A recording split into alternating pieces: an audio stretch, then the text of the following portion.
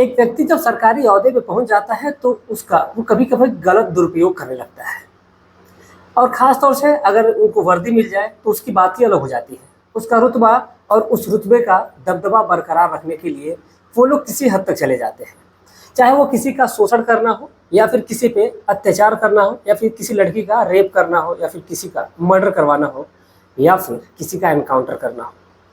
आखिर इतनी सारी बातें मैं क्यों बोल रहा हूँ? क्योंकि जो उत्तर प्रदेश पुलिस है एक बार फिर से खुद की वर्दी को धूमिल करने का काम करती है। आखिर ऐसा क्यों? एक लड़की जो उत्तर प्रदेश पुलिस के पद पे ही तैनात होती है, वो भी नवाबगंज थाने में, और उस लड़की के साथ एक वर्दीधारी ही जो उससे ऊपर पोस्ट का अधिकारी होता है, वो उस लड़की के साथ रेप करता है, उस लड़की के साथ शोषण करता है। आखिर क्यों? लेकिन वजह क्या थी? आखिर लड़की ने इस बात का विरोध किया क्यों नहीं? लेकिन जब उस लड़की ने विरोध किया तो फिर उसके बाद जो अंजाम होता है वो वाकई अपने आप में बेहद शर्मसार कर देने वाला था। तो जानने वाले हैं कि आखिर हुआ क्या था उस लड़की के साथ, और आगे होगा क्या उस वर्दीधारी अफसर के साथ। तो आप हमारे साथ बने रहिएगा वीडियो के अंत तक। मैं अविनाश आप तक वीडियो को बहुत ही बेहतर ढंग से पहुंचाने का प्रयास करूंगा, और इस वीडियो को सुनाने का मकसद, बनाने का मकसद किसी की भावनाओं को ठेस पहुंचाना नहीं, बल्कि आपको जागरूक करना, आपको सचेत करना है, ताकि आप जहां भी रहें सुरक्षित रहें, स्वस्थ रहें और अपने परिवार का ख्याल रखें। मेन मोटिव हमारा यही होता है। इसमें बताई गई सारी बातें किसी भी प्रकार की सत्यता की पुष्टि नहीं करता, बल्कि ये अलग अलग सोर्सेज से बनाई गई ये वीडियो है, और मतलब जहाँ से सोशल मीडिया से, न्यूज़पेपर से और अलग अलग प्लेटफॉर्म से जब इस कहानी को मिलाया गया, जब ये कहानी सही निकल कर सामने आती है, फिर तब आप लोगों तक पहुँचाई गई है कहानी। लेकिन मैं इसकी सत्यता की पुष्टि अभी तक नहीं करता। चलिए कहानी की शुरुआत करते हैं कि आखिर हुआ क्या था।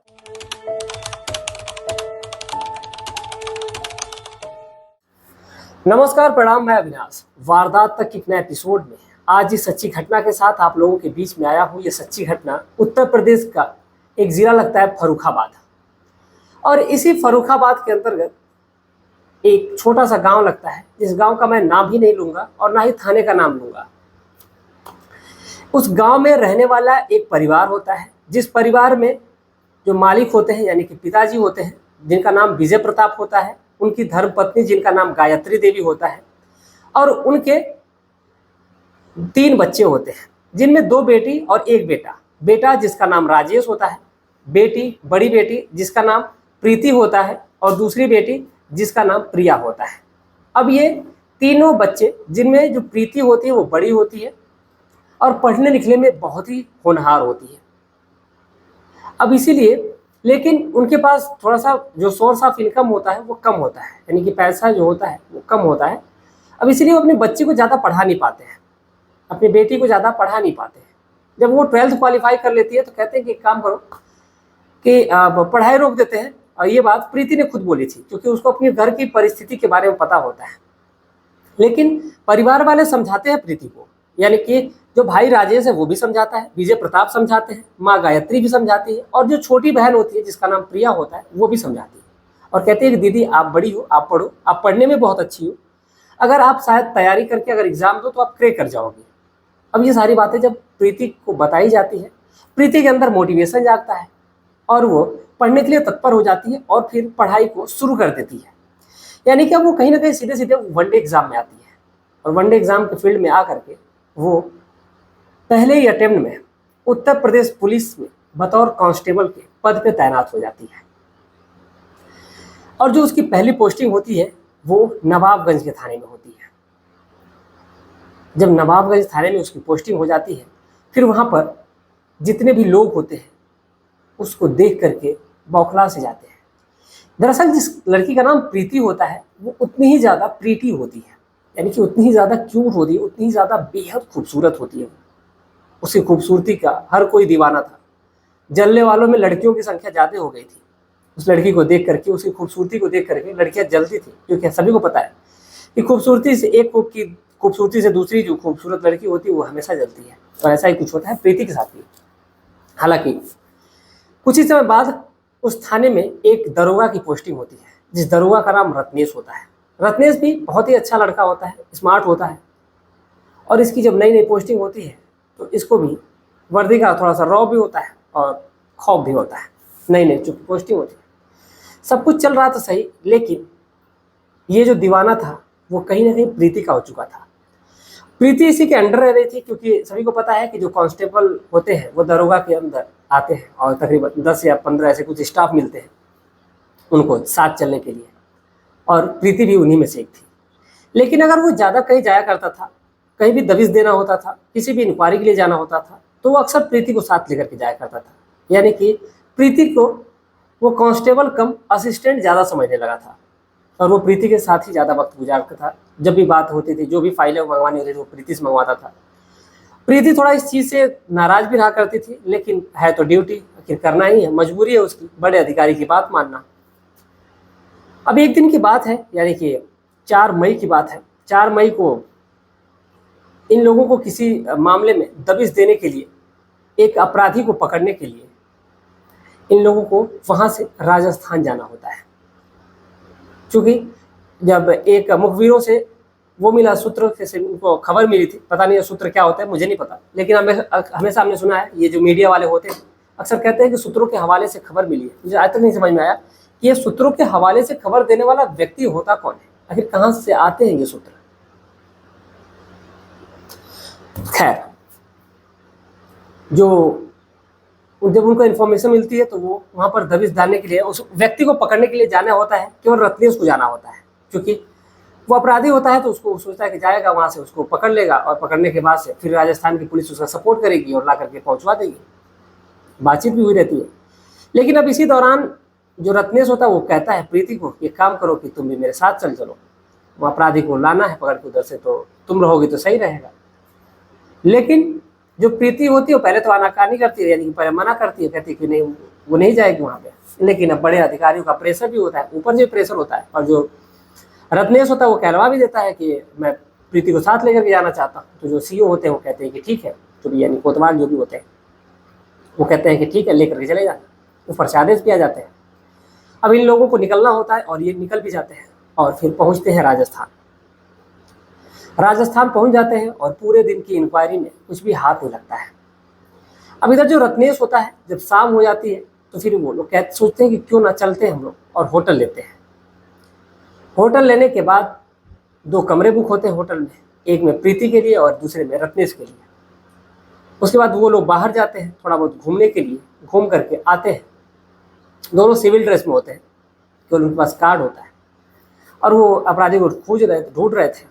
तो उनको पकड़ना भी था, और जो राजस्थान पुलिस थी उनके कांटेक्ट में, यानी कि पूरा दिन का जो प्रोसेस होता है, वो सारा दिन का प्रोसेस जो होता है वो निपट चुका होता है। शाम को इनको सोना होता है, इसलिए होटल बुक हो गया रहता है, तो होटल में पहुंचते हैं।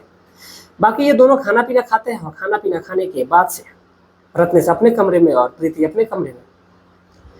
कुछ ही समय बीता रहता है, लगभग आधे घंटे का वक्त गुजरा रहता है। तो जो रत्नेश है वो प्रीति के कमरे का दरवाज़ा नॉक करता है, और जैसे ही दरवाज़ा जब नॉक करता है तो जो प्रीति है वो आकर के दरवाज़ा खोलती है और कहती है कि अरे सर, आप इतने, क्या बात है बताइए। वो कहते हैं कि नहीं, मुझे नींद नहीं आई, तो मैंने सोचा कि चलो तुमसे कुछ बातचीत करते हैं। उस वक्त लगभग यही कोई 11 बज रहे थे रात के। अब जो प्रीति है वो कहती है कि ठीक है, अंदर आ जाइए। अब दोनों आकर के बैठ करके बातचीत कर लेते हैं, और बातचीत करने के दौरान जो ये रत्नेश होता है वो प्रीति के तरफ बढ़ने लगता है और उसके हाथ पकड़ने लगता है। जब उसका हाथ पकड़ता है तो प्रीति अपना हाथ हटा लेती है। अब इस पर रत्नेश कहता है कि देखो, मैं तुम्हें दिलो जान से चाहता हूँ, मैं तुम्हें बहुत ज़्यादा प्यार करता हूँ, लेकिन ये बात कहने की मुझ में हिम्मत नहीं आई थी। इसीलिए मैं जहाँ भी जाता हूँ तुमको लेकर के साथ जाता हूँ, और इसीलिए मैं यहाँ पर भी आया हूँ तो तुमको साथ लेकर के आया हूँ। अगर तुम नहीं भी आते तभी काम चल जाता, लेकिन मैंने सोचा कि जब वहाँ पे चलेंगे तो हम दोनों ही रहेंगे, और वहाँ पर सब कुछ सही चलेगा, और फिर हम लोग आराम से एक दूसरे से बातचीत भी कर लेंगे, और किसी भी प्रकार का कोई रोक टोक नहीं होगा। तो प्रीति इस बात का विरोध करती है, लेकिन कहीं ना कहीं प्रीति भी उसके तरफ धीरे धीरे अट्रैक्टिव हो चुकी थी।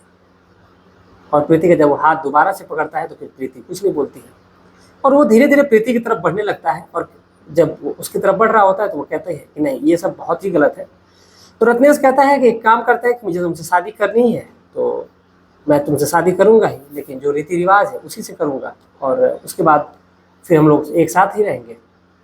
तो जब हम तो प्रीति कहती है कि ऐसा नहीं है, मैं कैसे मान लूँ कि तुम शादी मुझसे करोगे।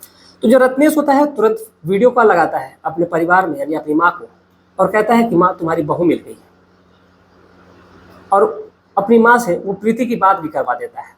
अब उसकी जो माँ होती है वो भी कहती है कि ठीक है।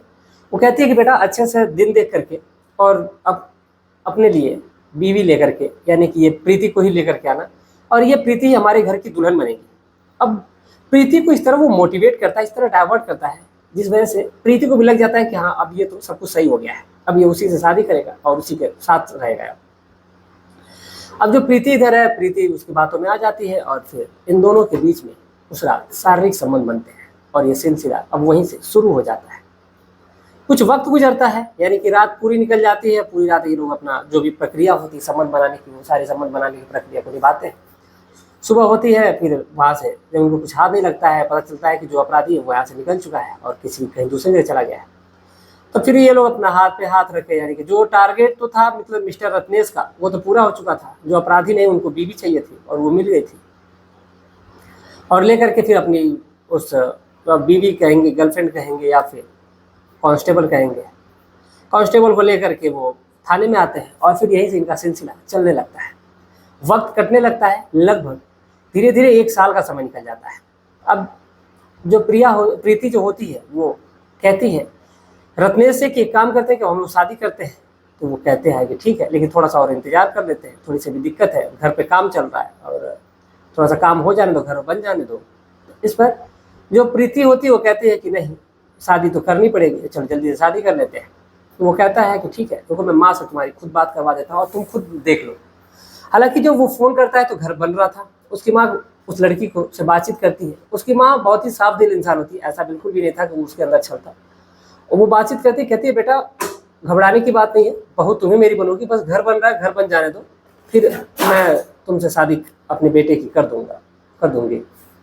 वो कहती है ठीक है, लेकिन अब ऐसे ही झांसा देने लगती है। और इधर ये रत्नेश उसको झांसा दे रहा था, और झांसा देने के साथ साथ अब इधर एक दिन, यानी कि लगभग ऐसा करते करते तकरीबन 1.5 साल से ऊपर का समय निकल जाता है। अब प्रीति को ये लगता है कि कहीं ना कहीं ये उसको मूर्ख बना रहा है, यानी कि 1 महीने, माफ़ी चाहते हैं 1 साल, और यही कोई 8 या 9वां महीना रहा होगा, यानी कि टोटल 18 महीने का जो सफ़र था इन लोगों का साथ था वो चलता है। अब 18वें महीने में ये जो प्रीति होती है वो जिद करने लगती है और अपनी जिद पे अड़ जाती है। तो जो रत्नेश होता है वो कहता है कि चलो ठीक है, लेकिन एक दिन अचानक से कुछ ही समय बीता रहता है, यानी कि यही कोई ये 18वें के बाद, यानी कि 19वां जो महीना होता है वो चल रहा होता है, और उसी समय प्रीति को पता चलता है कि रत्नेश की शादी है। क्योंकि रत्नेश कई दिनों से छुट्टी पर था। जब वो बातचीत करती तो कहता कि वो काम में बिजी है, घर का काम है, तमाम काम गिना देता था। लेकिन उसको किसी उसके दोस्त ने बताया कि उसकी शादी है और तुम लोग नहीं आ रहे हो क्या। अब जैसे ही प्रीति को इस बारे में पता चलता है तो वो एकदम बौखला सी जाती है और गुस्से में आ जाती है, और फिर वो अपने ऊपर के अधिकारियों से सबसे संपर्क करने की कोशिश करने लगती है। अब शादी में तकरीबन अभी यही कोई 4 दिन बातचीत बचे थे। अब इधर बार बार वो रत्नेश को फ़ोन करते, रत्नेश फ़ोन नहीं उठाता है, फ़ोन इसका नंबर ब्लैकलिस्ट कर दिया है, बार किसी अलग नंबर से करती फिर भी नहीं फ़ोन उठाता, अपना फ़ोन ही बंद कर देता है। अब इसकी समझ में नहीं आ रहा क्या करिए, करे तो क्या करे। अब इसीलिए वो सीधा उसके घर पे पहुंचती है। घर पहुंच करके जब वहाँ पर बवाल खड़ा होता है, बखेड़ा खड़ा होता है, तो उसकी जो माँ होती है रत्नेश की, वो उसको डांट फटकार लगाती है, कहती है तुम्हारी ऐसी आवारा लड़की मेरी घर की बहू कभी बन ही नहीं सकती। अब जब ऐसे शब्द सुनती है तो फिर ये प्रीति जो होती है वो बौखला सी जाती है, अरे ये क्या, ये तो जिस इंसान पे बहुत ज़्यादा भरोसा करती थी ये तो कहीं उससे ज़्यादा खतरनाक निकली। अब वो परेशान होती है, इसलिए वो ऊपर के अधिकारियों में संपर्क करने की कोशिश करती, सबसे बातचीत करती है। और जब बातचीत करती है तो बातचीत करने के दौरान ये मामला सीधा एसपी तक पहुंचता है। अब एसपी साहब जांच के आदेश देते हैं। 3 दिन की बात थी, अगर 3 दिन में अगर शादी हो जाएगी तो फिर सब कुछ बिगड़ जाएगा। अब इसीलिए जो एसपी साहब होते हैं जब आदेश देते हैं तो उनकी आदेश पर जब तमाम जो उनकी जो टीमें होती हैं तकरीबन 24 घंटे में वो रिपोर्ट मांग लेते हैं, 24 घंटे में रिपोर्ट दो। और जो प्रीति के साथ जो हुआ रहता है, जितनी बातें हुई रहती हैं, जो उसके साथ फोटोज थे, होटल में फोटोज थे, कमरे में फोटोज थे, सारी फोटोज को जो प्रीति होती है वो एसपी साहब के सामने प्रस्तुत करती है। जो जांच की जो कमेटी बनी रहती है 24 घंटे के अंदर, जिनको रिपोर्ट सबमिट करनी होती है, उनको सारी बातें बताती है, सारी चीज़ें देती है, कॉल डिटेल निकाली जाती है, लोकेशन निकाली जाती है, सारी चीज़ें जब निकाली जाती है और इस लड़की का वर्जिनिटी का टेस्ट भी करवाया जाता है, सारी जब जानकारी जुटा ली जाती है, तो फिर पता चलता है कि कहीं ना कहीं ये जो रत्नेश है ये दोषी है। अब इधर जिस दिन इसकी शादी होती है, इधर ये सभी अपने खुशियों में मसरूफ थे, इधर जो प्रीति होती है वो अपने काम में मसरूफ होती है, यानी कि उसको ये चिंता सता रही थी कि आखिर पता नहीं क्या होगा। लेकिन कहते हैं कि बड़ा ही अजीब सा वक्त होता है, फिल्मी स्टाइल में एसपी साहब की एंट्री होगी। यानी कि जब इधर रत्नेश जब घोड़ी चढ़ने वाला होता है, सब कुछ प्रक्रिया शुरू हो जाती है, बारात अब निकलने वाली होती है। अब उसी टाइम गाड़ियों का जो काफिला है, ये तो इधर दरोगा की गाड़ियाँ जो थी तकरीबन 20 या 25 गाड़ियाँ थी, वो तो अलग की गाड़ियाँ थी, लेकिन इधर उसने एसपी साहब को भी काट दे रखा था। और इधर जो एसपी साहब की गाड़ियों का काफिला है वो आता है, और पहले 3 गाड़ियाँ पुलिस की आकर के रुक जाती हैं, और ये पता चल जाता है कि एसपी साहब आ रहे हैं। तो रत्नेश को लगता है कि एसपी साहब शादी के लिए आ रहे होंगे। अब मामला जो रत्नेश का और प्रीति का था बड़ा हाईलाइट हो गया था। एसपी साहब की गाड़ी आती है, सीओ एसओ जो भी होते हैं सभी लोग मौके पर पहुंचते हैं, और वहाँ से तुरंत एसपी साहब आते हैं, उसको बधाई तो देते हैं और कहते हैं कि जो तुमने किया है वो बहुत ही ज़्यादा गलत किया है। क्योंकि जो रिकॉर्ड होता है उस रिकॉर्ड के अकॉर्डिंग होटल में, जिस होटल में बताती है उस डेट में बताती है, उस डेट में जब सारी फोटोज़ देखी जाती है, डेट देखी जाती है, एंट्री देखा जाता है, एग्जिट देखा जाता है, तो सारे जो डेट थे वो क्लियर होते हैं, सब कुछ एविडेंस जो थे वो रत्नेश के खिलाफ होते हैं। अब इसीलिए जा करके वहाँ से रत्नेश को बधाई के साथ साथ उसका अरेस्ट वारंट भी होता है, उसको अरेस्ट कर लिया जाता है।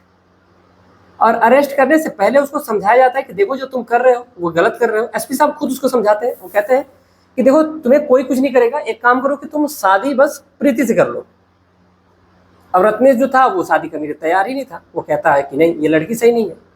इस पर उसको बताया भी जाता है कि जब ये लड़की सही नहीं थी, आज से पहले सही थी, जब तुम इसके साथ शारीरिक संबंध बनाए थे तब सही थी, अब ये गलत हो गई है।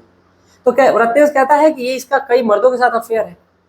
लेकिन ये कॉल डिटेल जब निकाली गई थी तो इस बात में भी रत्नेश को झूठा साबित कर दिया, क्योंकि वो इकलौता ऐसा इंसान था जिसे वो बातचीत करती थी और अपने घर बात करती थी। और उसकी 1-2 सहेलियां थी, स्टाफ की थी, उन्हीं से वो और लड़की जो थी वो बातचीत किया करती थी कभी कभार। बाकी टाइम पे ये रत्नेश से ही बातचीत किया करती थी और रत्नेश भी इससे बातचीत किया करता था। दोनों की जो कॉल डिटेल मैच कराई गई थी तो सारे जो चीज़ें थी वो साफ हो जाती हैं। अब बार बार कहने पे जो रत्नेश था वो सुनने के लिए तैयार नहीं था, तो एसपी साहब आदेश देते हैं कि काम करो, इसको लेकर के जाओ और जेल की सलाखों के पीछे डाल दो और इसको सस्पेंड कर दो। सस्पेंड करने के साथ साथ एसपी साहब ये भी कहते हैं कि सोच लो, अभी तुम्हारे पास हम तुमको 24 घंटे का मोहलत तो दे देंगे, नहीं तो तुमको तुम्हारी नौकरी से बर्खास्त कर दिया जाएगा। अब जब एसपी साहब की ये बात सुनता है रत्नेश, तो फिर वो परेशान था कि आखिर वो करे तो क्या करे। लेकिन एसपी साहब जब समझाते हैं उसको बैठा करके आराम से, और सारी जब चीज़ें सामने आती हैं तो रत्नेश को ये भी डर हो जाता है कि जब वो बर्खास्त हो जाएगा फिर उसे कोई वजूद नहीं रह जाएगा। अब इसीलिए वो थोड़ा सा दिमाग वो भी लगाता है और फिर वो माफ़ी भी मांगता है एसपी साहब से, और उसको कहीं ना कहीं ये लालच होता है कि ये कांस्टेबल की लड़की, एक कांस्टेबल है, ये मुझे दहेज नहीं देगी। जहाँ पर हो रही थी शादी वो एक बहुत ही बड़ा घराना था, एक पॉलिटिशियन थे, उनकी लड़की से शादी हो रही थी और तकरीबन दहेज में उसको 10 लाख कैश और एक क्रेटा गाड़ी मिल रही थी। अब इस वजह से जो रत्नेश का दिमाग था उधर ही था। लेकिन जब एसपी साहब समझा देते हैं, सब कुछ सही हो जाता है, तो जो रत्नेश है अब उधर का शादी के लिए कैंसिल करता है। और एसपी साहब की मौजूदगी में ही उसी डेट में उसी रात होटल में एक होटल तत्काल बुक किया गया जाता है और वहाँ पे सभी बाराती बनते हैं, ये सिपाही और एसपी साहब गेस्ट, ये मेन गेस्ट, चीफ गेस्ट और बाकी सभी लोग आते हैं और ऑन द स्पॉट उसी रात को रत्नेश की और प्रीति की शादी कराई जाती है। और शादी कराने के बाद से सब कुछ सही हो जाता है और आज वो दोनों पति पत्नी अपनी ड्यूटी कर रहे हैं, दोनों एक ही थाने में रहते हैं। फिलहाल इन दोनों के बीच में कोई विवाद नहीं है। एसपी साहब उस परिवार के घर पे जाते हैं जहाँ पर रत्नेश की शादी होने वाली थी, उनको समझाते हैं और समझाने के बाद सारी बातें बताई जाती हैं।